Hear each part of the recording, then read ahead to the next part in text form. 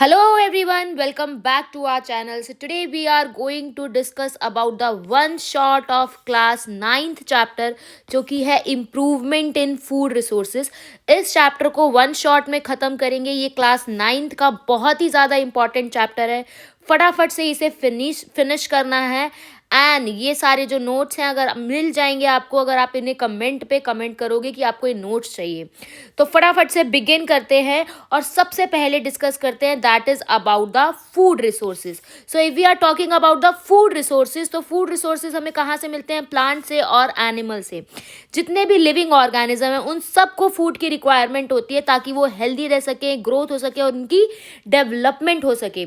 तो food is very important for the growth, health and development. Next अगर हम बात करें फूड से हमें मिलता क्या है, फूड से हमें न्यूट्रिएंट्स मिलते हैं जैसे कि carbohydrate, fats, proteins, vitamins and minerals. सबसे ज़्यादा अबंडेंट क्या होता है? That is a carbohydrate. Next अगर हम बात करते हैं फूड रिसोर्सेज इंपॉर्टेंट क्यों है.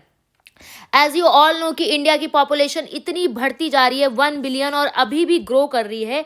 लेकिन जितना भी ग्रेन है वो ईयरली कितना प्रोड्यूस होता है? That is only a 1/4 billion ton. 1/4 billion ton ही प्रोड्यूस होता है इतने लिमिटेड कल्टिवेटेड लैंड में. और जो बूस्टिंग प्रोडक्शन एफिशिएंसी जो क्रॉप की और लाइफ स्टॉक की हम बढ़ाना चाहते हैं वो बहुत ही ज़्यादा ज़रूरी है just because of the limited cultivated land.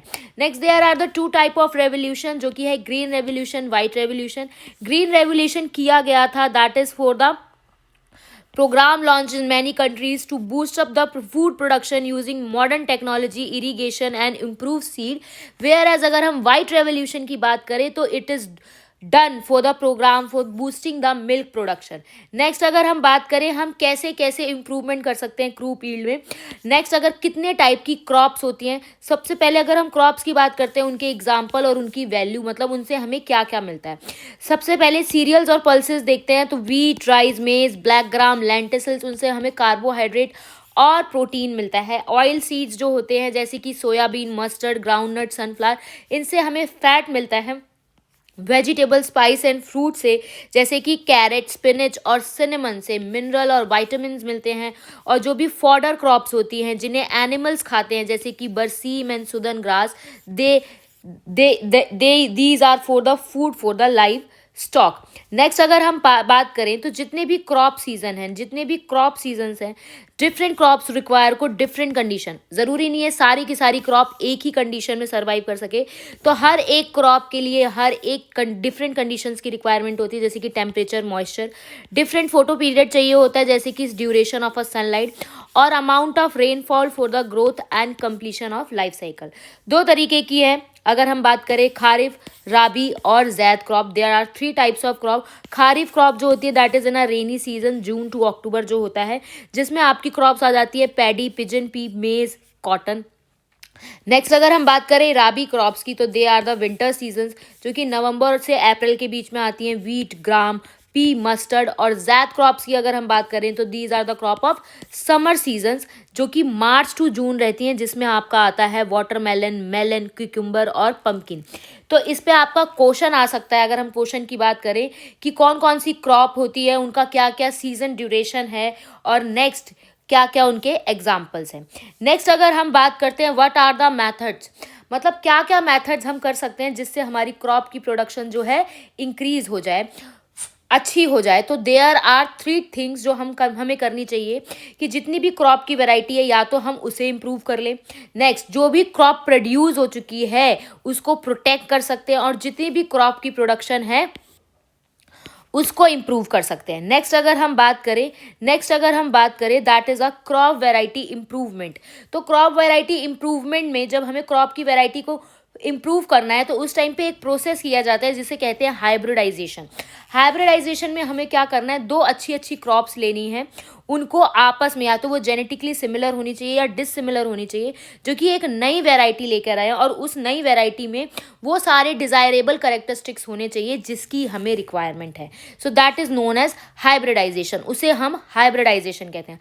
Hybridisation जो है अलग अलग तरीके का हो सकता है जैसे कि इंटर वेराइटल, इंटर स्पेसिफिक और इंटर जेनरिक. इंटर वेराइटल की बात करें तो इसमें हमें क्रॉस कराना है 2 ऐसी वैराइटीज़ के बीच में प्लांट की दो वेराइटीज़ के बीच में। इंटर स्पेसिफिक की बात करें, इंटर स्पेसिफिक में हमें दो स्पीशीज़ के बीच में क्रॉस कराना है, लेकिन वो सेम जीनस की होनी चाहिए। इंटर जेनेरिक में हमें दो जीनस की वेराइटीज़ के बीच में क्रॉस कराना है। So this is all about. Next है introduction of a gene. Introduction of a gene क्या होता है? अगर आपको पता है कि इस जीन की वजह से ये आपको डिजायरेबल कैरेक्टरिस्टिक मिल सकता है, तो उसके लिए हमें वो जीन इंट्रोड्यूस कर देना चाहिए क्रॉप के अंदर, सो दैट उस क्रॉप में वो डिजायरेबल कैरेक्टरिस्टिक्स जो है वो आ जाएगा, और ऐसी क्रॉप को हम कहते हैं जेनेटिकली मॉडिफाइड क्रॉप। क्या कहते हैं? Genetically modified crop. Next, good और हेल्दी सीड्स कैसे कैसे हो सकती हैं? तो अगर हम बात करें गुड और हेल्दी सीड्स की रिक्वायरमेंट या कैरेक्टरिस्टिक क्या होने चाहिए, सबसे पहले सीड्स ऐसी होनी चाहिए जिनकी हायर ईल्ड हो, सबसे ज़्यादा ईल्ड दें, उनकी क्वालिटी अच्छी हो, जितनी भी सीड्स हो वो बायोटिक एबायोटिक रेजिस्टेंट हो, वाइडर एडेप्टेबिलिटी हो। अब बायोटिक एंड एबायोटिक रेजिस्टेंस मतलब अगर कोई भी एबायोटिक फैक्टर्स जैसे कि वाटर, एयर, सनलाइट, ये सारे, और बायोटिक फैक्टर उनको नुकसान ना पहुंचा पाएँ, और जिसकी वजह से वो क्रॉप जो है वैसी की वैसी बनी रहे।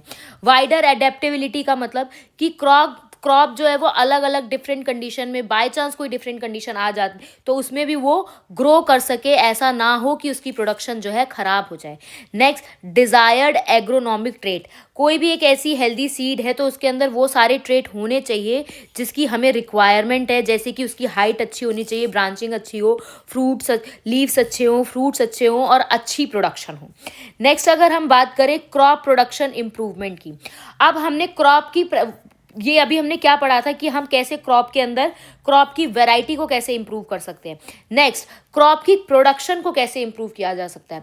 वैरायटी तो हम कैसे इंप्रूव कर सकते हैं उसके बारे में हम पढ़ चुके हैं, उसमें हाइब्रिडाइजेशन आता है, जेनेटिकली मॉडिफाइड क्रॉप्स आती हैं जिसमें हमें वही जीन इंट्रोड्यूस कर देना है क्रॉप के अंदर में, सो दैट वो हमें अच्छा करेक्टर मिल जाए। साथ के साथ अगर हम क्रॉप प्रोडक्शन इंप्रूवमेंट की बात करें तो क्रॉप प्रोडक्शन मूवमेंट में हमें क्या करना होगा, जैसे कि डिफरेंट फार्मर्स हैं, एज यू ऑल नो, किसी को स्मॉल स्केल पे रिक्वायरमेंट है, किसी के पास स्मॉल स्केल पे फार्म्स हैं, किसी के पास लार्ज स्केल पे फार्म है, तो उनमें वहाँ पर वो डिफरेंट फार्मिंग्स यूज़ करते हैं, प्रैक्टिस। तो ये जो चॉइस ऑफ फार्मिंग प्रैक्टिस है वो सबसे ज़्यादा डिपेंड करती है कि उनके पास पैसा कितना है, फाइनेंशियल रिसोर्सेज क्या है, मनी कितना है। नेक्स्ट, प्रोडक्शन जो है कि क्या प्रोडक्शन होनी चाहिए, क्रॉप की प्रोडक्शन कैसे इंप्रूव हो सकती है, कैसे अच्छी हो सकती है कि क्रॉप जो है हमारे पास ज़्यादा मात्रा में आए। तो पहले हमें ये तीन अलग अलग लेवल पे देखी जाती है। एक तो होती है नो कॉस्ट प्रोडक्शन, एक होती है लो कॉस्ट प्रोडक्शन, एक होती है हाई कॉस्ट प्रोडक्शन। मतलब एक है कि बिना पैसे के ही प्रोडक्शन हो जाए, एक है कि थोड़ा बहुत पैसा लगे फिर प्रोडक्शन हो जाए, और एक है कि बहुत ज़्यादा हाई कॉस्ट प्रोडक्शन हो, हमने बहुत पैसा भी लगाया और प्रोडक्शन भी हो जाए। नेक्स्ट, अगर हम बात करें व्हाट आर द प्रैक्टिसेस ताकि हम अच्छी क्रॉप प्रोडक्शन कर सकें, तो देयर आर द 3 प्रैक्टिसेस जिनके बारे में हमें पढ़ना है जिससे क्रॉप की प्रोडक्शन जो है अच्छी हो सकती है। सबसे है न्यूट्रिएंट्स का मैनेजमेंट। हमें पता होना चाहिए कि न्यूट्रिएंट्स की कैसे रिक्वायरमेंट है और उन न्यूट्रिएंट्स को कैसे मैनेज करना है, उनके बारे में पढ़ना है। नेक्स्ट है इरिगेशन के बारे में पढ़ना है। इरिगेशन होता है दैट इज़ पानी की कैसी सप्लाई रखनी है। नेक्स्ट, क्रॉपिंग पैटर्न कैसा रखना है कि हमें मिक्सिंग क्रॉप रखनी है या रोटेशनल रखनी है, या इस तरीके से हम पढ़ेंगे। नेक्स्ट, अगर हम बात करें, सबसे पहले हम पढ़ेंगे न्यूट्रिएंट्स की management. So as you all know, जितने भी न्यूट्रिएंट्स हैं वो हमें कहाँ से मिलते हैं, एयर से मिलते हैं, वाटर से मिलते हैं, या फिर सॉइल से मिलते हैं। एयर से जो हमें न्यूट्रिएंट मिलते हैं वो होते हैं कार्बन और ऑक्सीजन, और जो पानी से मिलते हैं वो होते हैं हाइड्रोजन और ऑक्सीजन। नेक्स्ट, जो सॉइल से मिलते हैं बेटा वो दो तरीके के हो सकते हैं, एक हो सकते हैं मैक्रो न्यूट्रिएंट्स, एक हो सकते हैं माइक्रो न्यूट्रिएंट्स। अगर हम मैक्रो न्यूट्रिएंट्स की बात करें तो मैक्रो मतलब जो हमें ज़्यादा अमाउंट में चाहिए, जैसे कि nitrogen, phosphorus, potassium, calcium, sulphur and magnesium. अगर आप सबको ये नोट्स चाहिए तो फटाफट से कमेंट कर देना, मैं आपको यही पीडीएफ सेंड कर दूंगी। और ये जितने भी मैक्रो न्यूट्रिएंट्स होते हैं ये सारे के सारे एसेंशियल होते हैं for the structure, next energy transfer के लिए और सेल के फंक्शन के लिए। अगर हम बात करते हैं माइक्रो न्यूट्रिएंट्स की, तो माइक्रो न्यूट्रिएंट्स जो है हमें सिर्फ स्मॉल अमाउंट में चाहिए होते हैं। अगर हम माइक्रो न्यूट्रिएंट्स की बात करें तो they only require in a small amount, जो कि होते हैं iron, boron, chlorine, manganese, zinc, copper और मॉब्लिबेडनम। नेक्स्ट, अगर हमें बात करें तो ये जितने भी माइक्रो न्यूट्रिएंट्स हैं जो हमें पहले ही छोटे अमाउंट में चाहिए, जिनकी रिक्वायरमेंट उतनी ज़्यादा नहीं है, ये they all are for vital function photosynthesis के लिए और स्पेसिफिक प्लांट प्रोसेस, जो भी प्लांट के अंदर प्रोसेस हो रहा है उसके लिए, फोटोसिंथेसिस के लिए, और जो भी इंजाइम वाले काम हो रहे हैं वहाँ पे उनकी रिक्वायरमेंट है।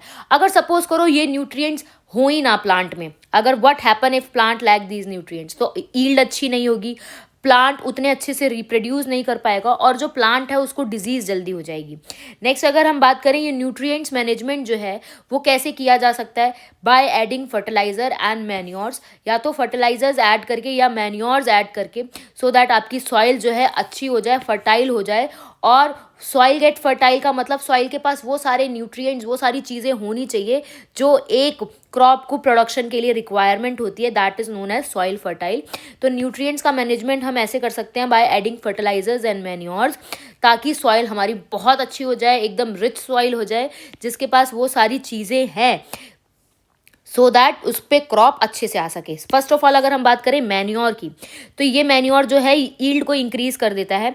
और सॉइल कैसे एनरिच कर सकता है, by supplying the nutrients in the form of manure and fertilizers. Manures की अगर हम बात करें तो this is a source of organic matter, बहुत स्मॉल क्वांटिटी में न्यूट्रिएंट्स होते हैं इसमें। ये कैसे प्रिपेयर होते हैं, एनिमल और प्लांट के एक्सक्रीटा या उनके वेस्ट से प्रिपेयर हो जाते हैं। नेक्स्ट टाइप ऑफ मैन्योर की बात करें तो कंपोजिट, वर्मी कंपोज और ग्रीन मैन्योर। कंपोजिट में क्या होता है, कंपोजिट में होता है जितना भी एनिमल एक्सक्रीटा है, जैसे कि काउ डंग, किचन का waste, plant remain waste, sewage waste, ये सबको डिकम्पोज करना है किसके, एक बड़े से गड्ढे के अंदर, जिसे हम कंपोजिटिंग कहते हैं।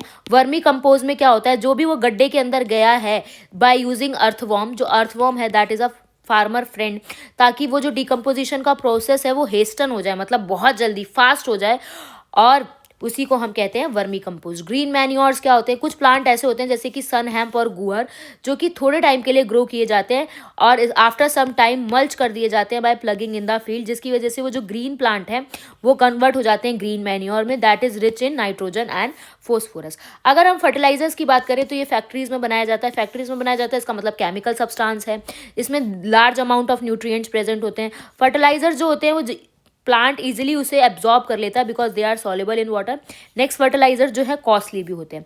अगर हम ऑर्गेनिक फार्मिंग की बात करें तो फार्मिंग प्रैक्टिस ये वो है जिसमें कोई भी हमें केमिकल का यूज़ नहीं करना, कोई फर्टिलाइजर, कोई पेस्टिसाइड, कोई भी ऐसी चीज़ का यूज़ नहीं करना।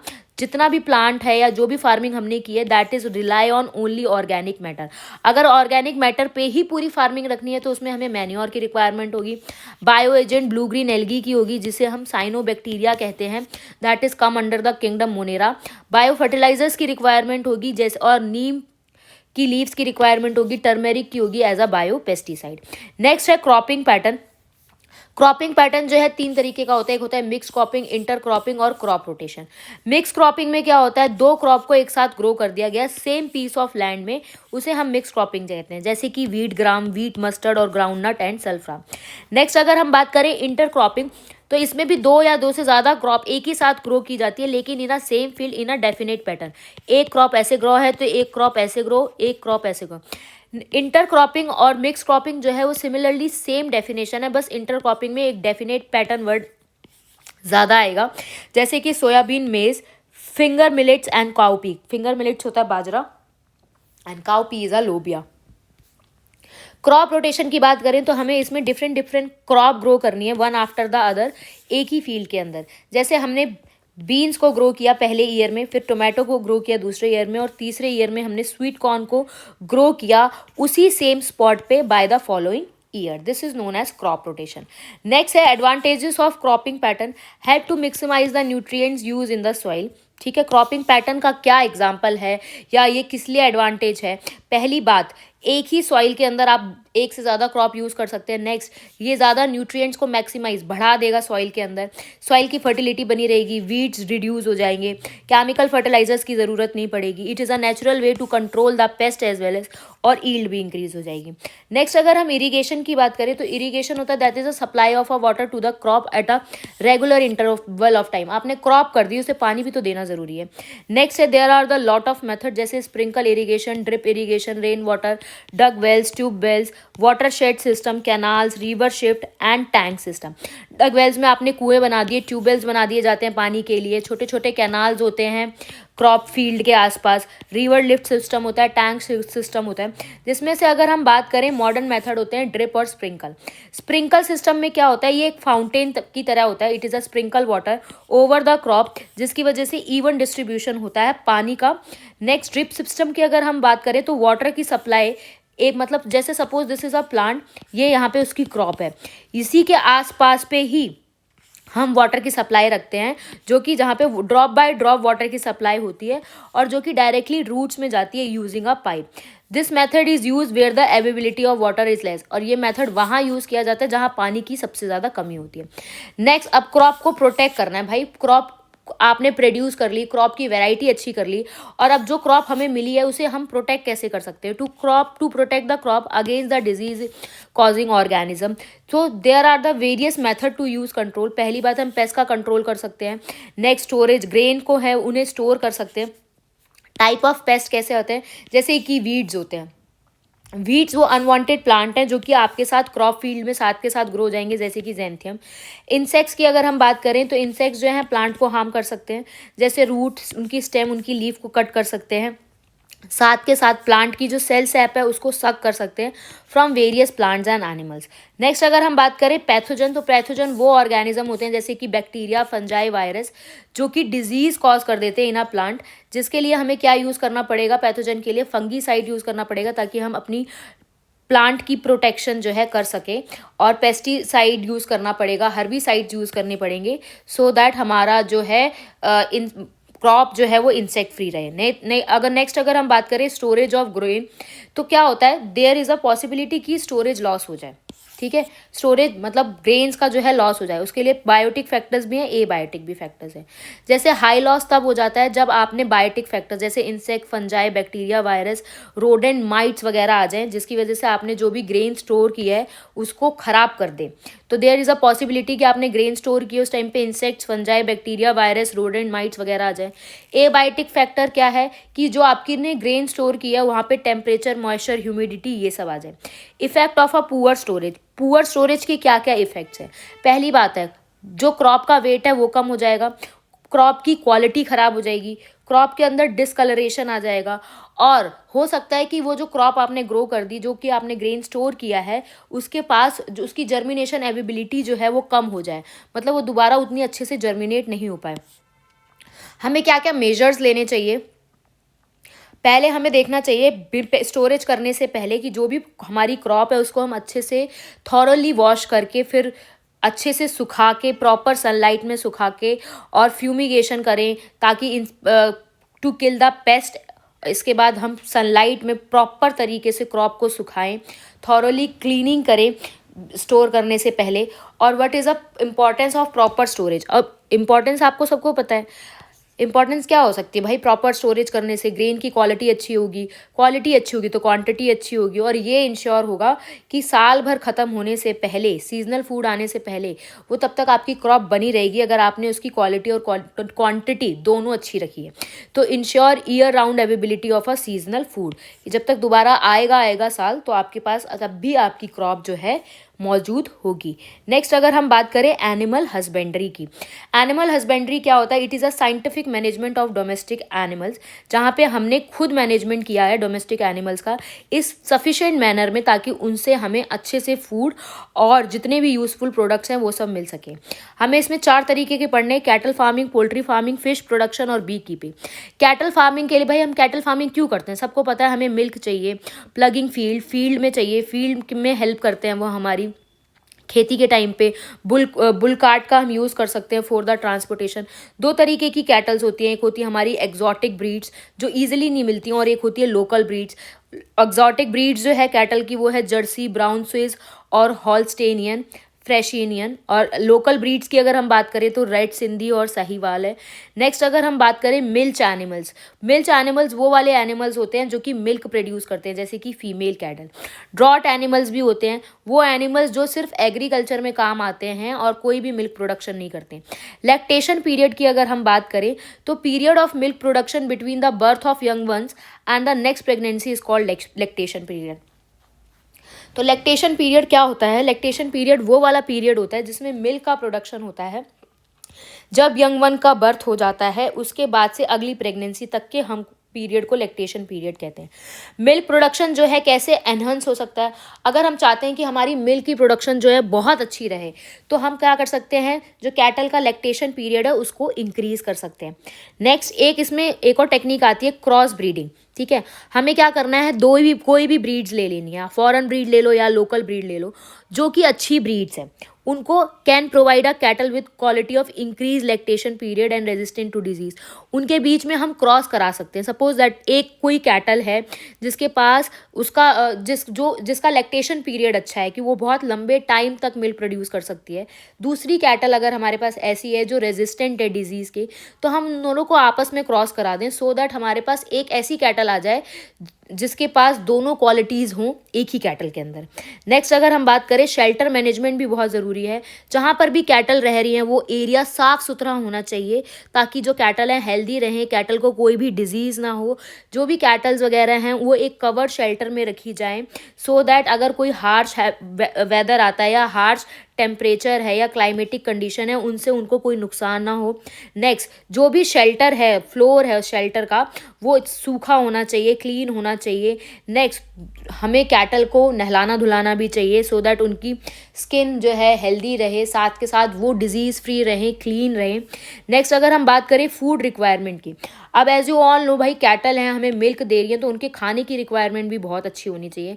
जैसे रफेज होना चाहिए जिसमें सबसे ज़्यादा फाइबर्स होते हैं, कंसनट्रेट कंटेन प्रोटीन्स होने चाहिए, फ्लूइड होने चाहिए ऐसे जिसमें माइक्रो न्यूट्रिएंट्स, वाइटामिन, मिनरल्स हों, ताकि जो उनकी मिल्क की प्रोडक्शन है वो अच्छी हो। जितना मिल्क अच्छा होगा उसके लिए उस हिसाब से हमें उन्हें खाना भी देना होगा। प्रोटेक्शन फ्रॉम द डिजीज़, अब as you all know disease can cause death. हो सकता है कि एनिमल को अगर डिजीज़ हो गई तो उसकी डेथ हो जाएगी क्योंकि वो उतना बोल नहीं पाते, तो ये सारी चीज़ें हमें रखनी होंगी। नेक्स्ट, अगर कोई कैटल को डिजीज़ हो जाती है तो उसकी मिल्क प्रोडक्शन भी कम हो जाएगी। तो बहुत सारे ऐसे ऑर्गेनिज्म होते हैं जो अंदर रहते हैं, अंदर रहने को एंडोपैरासाइट कहते हैं और जो बाहर रहते हैं उन्हें एक्टोपैरासाइट कहते हैं। अगर हमारे पेट में कीड़े ईड़े हो जाते हैं तो वो एंडोपैरासाइट होंगे और हमारे अगर बालों में जुएँ हो जाते हैं तो वो एक्टोपैरासाइट होते हैं। और चाहे एक्टोपैरासाइट हो या एंडोपैरासाइट हो, अगर आपके अंदर कोई लिविंग ऑर्गेनिज्म रह रहा है या आपके ऊपर कोई लिविंग ऑर्गेनिज्म रह रहा है तो उसे अपने रहने के लिए, वो अपने खाने पीने के लिए आप ही से तो फूड लेगा फ्रॉम योर बॉडी। तो इस वजह से क्या होगा, आपकी बॉडी ख़राब हो रही है। तो जितने भी एक्सटर्नल पैरासाइट होते हैं चाहे वो कैटल की स्किन में रहते हैं तो वो स्किन डिजीज़ कर सकते हैं कैटल में, या इंटरनल पैरासाइट है जैसे कि वॉर्म वगैरह, तो उनके स्टमक या इंटेस्टाइन में रह रहे हैं, या फ्लूइड्स रहते हैं जो उनके लीवर में रहेंगे जिससे उनको लीवर प्रॉब्लम हो सकती है।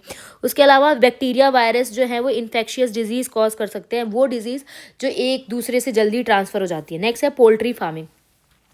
पोल्ट्री फार्मिंग बेसिकली इसीलिए की जाती है जो कि हमें एग और मीट की रिक्वायरमेंट हो, क्योंकि हमें दोनों एग और meat they both are important for our, ताकि हमें प्रोटीन मिल सके हमारी डाइट में। तो दो तरीके के एनिमल्स होते हैं, एक होते हैं ब्रॉयलर्स, एक होते हैं लेयर्स। ब्रॉयलर्स वो होते हैं जो मीट देते हैं और लेयर्स वो होते हैं जो एग देते हैं। ठीक है, अगर हम ब्रॉयलर्स की बात करें तो हम उन्हें यूज़ कर सकते हैं 6 to 8 week from their birth के 6 से 8 हफ्ते बाद उन्हें हम यूज़ कर सकते हैं, जिसका एग्जांपल है क्रॉनिस क्रॉस चिकन। लेयर्स की अगर हम बात करें तो ये 20 हफ्ते बाद यूज़ किए जाते हैं, जो कि एग देते हैं जब उनकी सेक्सुअल मेच्योरिटी आ जाए, ताकि वो ले एग कर पाएँ, जिसका नाम है रोडे island red. Next local breed है असील बसारा ब्रह्मा, एक्जॉटिक ब्रीड है वाइट लेग हॉर्न और रोडे आइलैंड रेड। लेयर्स और बॉयलर्स मैं अभी बता ही चुकी हूँ। ब्रॉयलर्स मीट के लिए चाहिए, लेयर्स हमें एग के लिए चाहिए।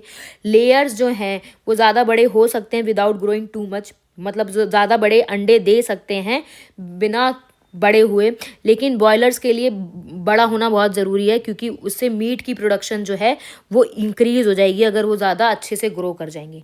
नेक्स्ट अगर हम बात करें ब्रॉयलर्स जो हैं, अगर हम ब्रॉयलर्स की बात करते हैं तो 6 से 8 हफ्ते बाद यूज़ किए जा सकते हैं, वेयर एज लेयर्स को 20 हफ्ते बाद यूज़ करना है। नेक्स्ट अगर हम बात करें फूड रिक्वायरमेंट रिस्ट्रिक्टेड और कैलकुलेटर रहती है। नेक्स्ट, जो भी हमें मीट की रिक्वायरमेंट दे रहे हैं, जिनसे हमें मीट मिल रहा है, तो वो that is a food rich in vitamin A and के। नेक्स्ट अगर हम बात करें benefits of poultry farming over a cattle farming. देखो, आपको साफ पता चल रहा है पोल्ट्री फार्मिंग में ज़्यादा मेहनत नहीं है कैटल फार्मिंग। यह पोल्ट्री फार्मिंग आराम से लेस इन्वेस्टमेंट में हो जाएगी। ब्रॉयलर्स जो है intake of food is comparatively very low. Broilers जो हैं जिन्हों हमें मीट की रिक्वायरमेंट दे रहे हैं, जिनसे हमें मीट मिलेगा, उनका खाना उतना नहीं है, एज़ कम बहुत लो है। नेक्स्ट, उन्हें कम पानी की ज़रूरत है, पीने के लिए भी, साफ़ करने के लिए भी। उनकी ग्रोथ जल्दी हो जाएगी और उनसे हायर प्रोडक्टिविटी मिलेगी। नेक्स्ट, अगर हम बात करें फिश प्रोडक्शन की, तो it is a great source of protein in our diet. तो फिश प्रोडक्शन भी हमारी प्रोटीन के लिए बहुत इंपॉर्टेंट है। As you all know, there are two type of fishing. एक होता है कैप्चर फिशिंग, एक होता है कल्चर फिशिंग। कैप्चर फिशिंग जो नेचुरली लिविंग फिशिंग जो अलग अलग वाटर बॉडीज़ में रह रही हैं, जैसे कि ponds, ocean, lakes, lake, river, जहाँ से उन्हें पकड़ा जा रहा है।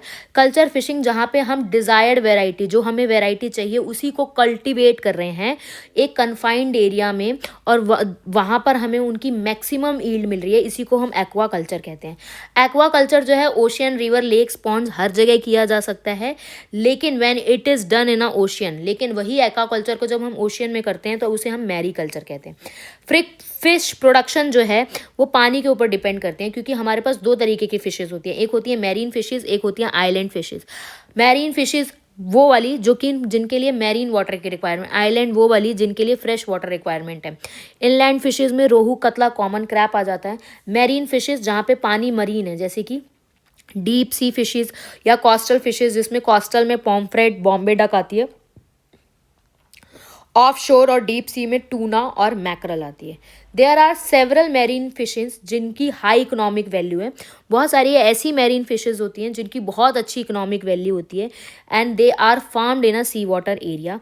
फिन्ड फिशेज जैसे कि मुलेट, पील स्पॉट, इसके अलावा शेल फिशेज भी होती हैं, जैसे कि प्रॉन और ओएस्टर। ओएस्टर जो है, ओएस्टर भी एक फ़िश का नाम है, जो कि इसलिए कल्टीवेट की जाती है बिकॉज ऑफ द पर्ल, उनसे मोती मिलता है जिनसे हम मोतियों की माला बना सकते हैं। इनलैंड फिशेस मैं बता ही चुकी हूँ, जो कि फ्रेश वाटर में मिलती हैं, जैसे कि फ्रेश वाटर क्या होता है आपका, pond, river, lake, brackish water जिसे एस्चुरी कहते हैं, रोहू, कतला, कॉमन क्रैप वहाँ की फिशेस हैं। इंटीग्रेटेड फिशेस कल्चर क्या होता है, वो एग्रीकल्चर प्रैक्टिस, एक ऐसी एग्रीकल्चर प्रैक्टिस जहाँ पे क्रॉप प्रोडक्शन भी हो रही है with the other lively stock, जहाँ पे हम पोल्ट्री, फिशरिंग और बी कीपिंग भी कर सकते हैं।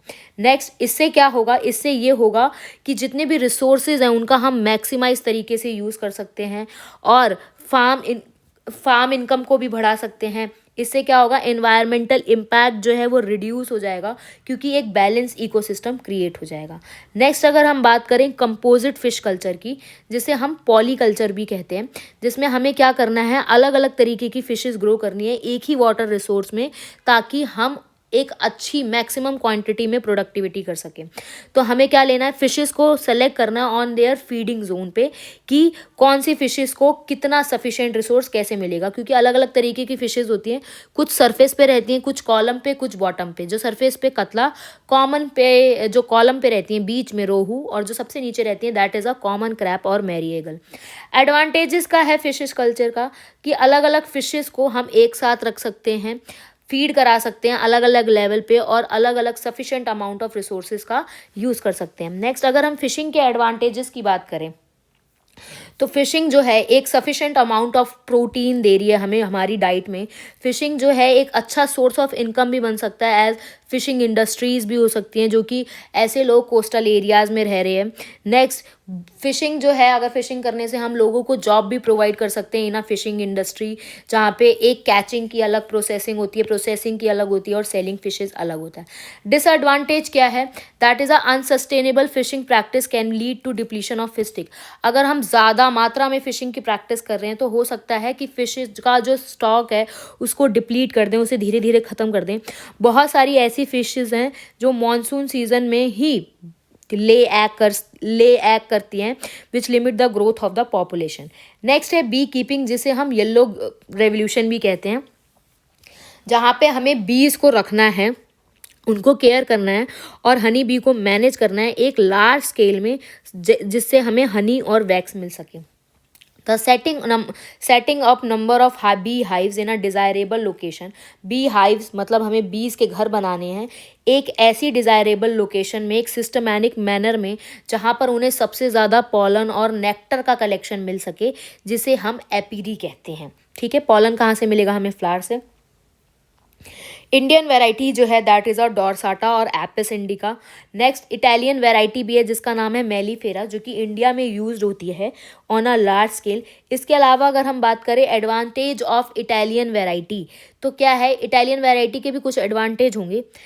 जो कि इंडिया में यूज़ हो रही है दैट इज़ अ मेलीफेरा, उससे हमें हाई कलेक्शन हनी मिल जाता है, स्टिंग लेस होती हैं, थोड़ी स्टिंग कम करती हैं, बहुत जल्दी रिप्रोड्यूस कर लेती हैं और बी हाइव में लंबे समय के लिए बनी रहती हैं। एज यू ऑल नो, जो हनी है that is a good source of energy. ठीक है, डेंस स्वीट लिक्विड होता है, मेडिसिन्स में भी यूज़ होता है, शुगर पर्पसेस में भी यूज़ होता है, मेकअप प्रोडक्ट्स में भी यूज़ होता है। नेक्स्ट जो अगला चैप्टर हम करेंगे that is a cell the unit of life. ये भी मैंने अच्छे से नोट्स बना रखे हैं, एकदम आपको पढ़ के बहुत मज़ा आ जाएगा। तो see you in the next lecture, till then bye bye, and अपनी प्रैक्टिस अच्छे से करिए। ये मैंने इम्प्रूवमेंट ऑफ फूड रिसोर्सेज बहुत ही जल्दी, बहुत ही क्विक, अच्छे से समझा के फिनिश कर दिया। It is a last time जहाँ पे आप अपने आप को एक्सेल करना है, अच्छे से पढ़ाई करनी है। All the best to all of you.